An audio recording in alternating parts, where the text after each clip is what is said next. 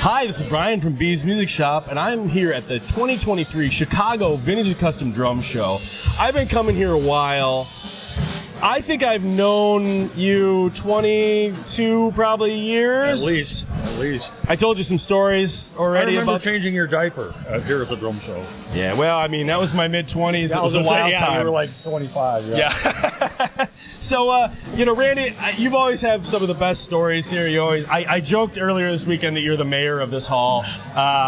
But you're a well-loved part of this show, and I just wanted to, you were telling me about your first Ludwig kit. You started to tell me the story. You want to share that story, or let's tell us a story about drums. I think for a while I was hunting drums, and it seemed like every kit had a story behind it. Yeah. You know? But I remember my first Ludwig kit I bought. I got a call. And the guy says, "Are you the guy that buys drums?" That used to be a regular occurrence. Yeah. Are you the guy that buys drums? We buy drums. Yeah. And I said, "Yeah." I go, "What kind of drum set is it?" He goes, "I don't know, it's blue."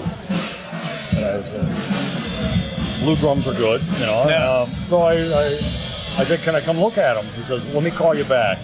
So he never calls me back. So I'm thinking, About a month later, he calls me back, and he wants to sell the blue kit. And I go over to his house, and he goes, "They're out in the garage." And he says, "My folks bought them for me when I was like a kid. And we played a party one time, and that's all they ever got played."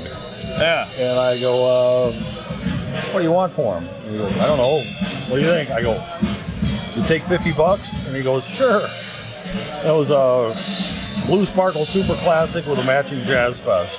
Oh, and that's a good find. That's one of the best deals I ever got. That's I was really hoping you'd say, and that's how I met Bun E.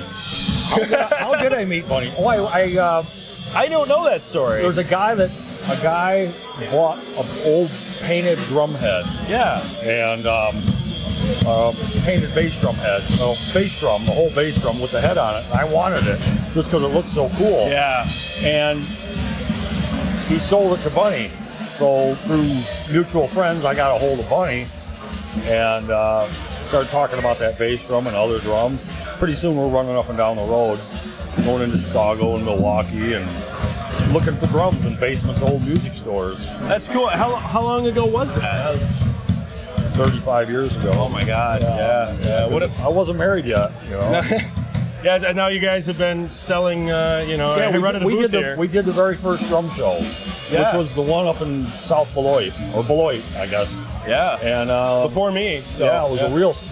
Rob was actually a vendor at that show, and we met some of these guys for the first time. Chuck Scalia was there. We could talk to Chuck earlier today. Yeah. And I said to Chuck a few years back, I said, "Did you think after 25 years we'd still be schlepping our stuff in and out of someplace?" And here we are 32 years later. Yeah, I mean, it's great. I keep seeing this called like the drummer family reunion and all that stuff, but it's amazing. Like, you come here for so many decades, and it's all this like really passionate group of people that just absolutely love the craft and era of these drums. Yeah, it's been great.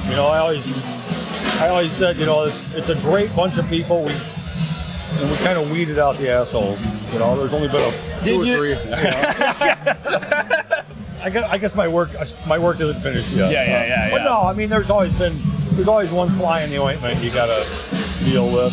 And it's a good group, though. Overall, it's a great bunch of people, and when you're in a room full of people that are into the same stuff you're into, it's fun. Yeah. I told everybody before he came, this is where everybody in the world that absolutely loves drums to the level where everyone in their life is sick of hearing about it. Yeah. This is where they all come, and everybody, you could just get it all out. Yeah. I mean, I've met, my friend Lou, one of my best friends. We met through the drum show. Yeah. And a lot of these guys here, guys stay over to the house, and we have a little get together before the show starts, and it's been great. Yeah, it's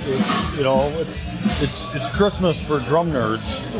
And it's just like I always just kind of feel like I'm back home in the industry when I come here. I took a couple years off, and it was really cool to walk in and after 4 years to see people's face light up and be like, "Hey, why is your hair that way? That's the first thing they notice, that hair. I don't get it. Yeah. Every one of you guys tried to sell me a purple drum kit, including you. Opportunity and everything. Exactly. You try to figure out your avenue to. Yeah, it's everybody has all the biggest collections here, some of the coolest stuff. It's just always cool to see whatever's here. Or watch you guys sell a drum kit to someone else, and then next year it's in their booth and they're trying to sell it to somebody else. Yeah, that's. I've had drums come back to me. You know, I'll fix up a kit and sell it, and then somebody will call me and they'll go, "Hey, I took in some drums at my shop," or something like that. I'll go there like, "This used to be mine." Yeah, you know. Yeah, this is really cool. I love this big bass drum. I don't know if this is yours or Bunny's. This is mine. What a beautiful pair of drums. Yeah. You brought a lot of cool stuff. Do you have anything in particular you're super excited about, or you already sell everything? Unfortunately, we missed, I had a Duco Radio King kit. I just sold the early 40s, late 40s, I guess, Ludwig and Ludwig kit. Can I'm going to grab one I want to ask you about, and we'll quiz you. I'm going to give you this, and I'm going to go grab one of your things here. All right, here we go.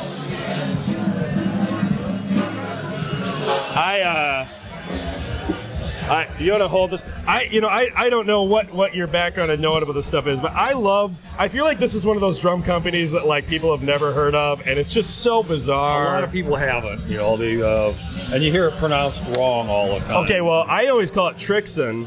Trixon. See, I'm wrong. I'm in that camp. Maybe there's, a German pronunciation of it, but I don't know. Were they German? Yeah, they're in Germany. See, I don't even know.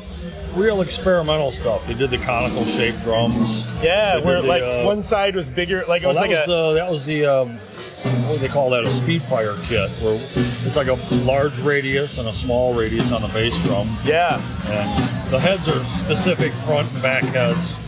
And they weren't all round. I mean, they were like, some of them were like ovals, like flattened ovals. Just the bass drums were and then the other ones are, like I say, conical shaped. Yeah. The batter side's 20 and the front head is 16.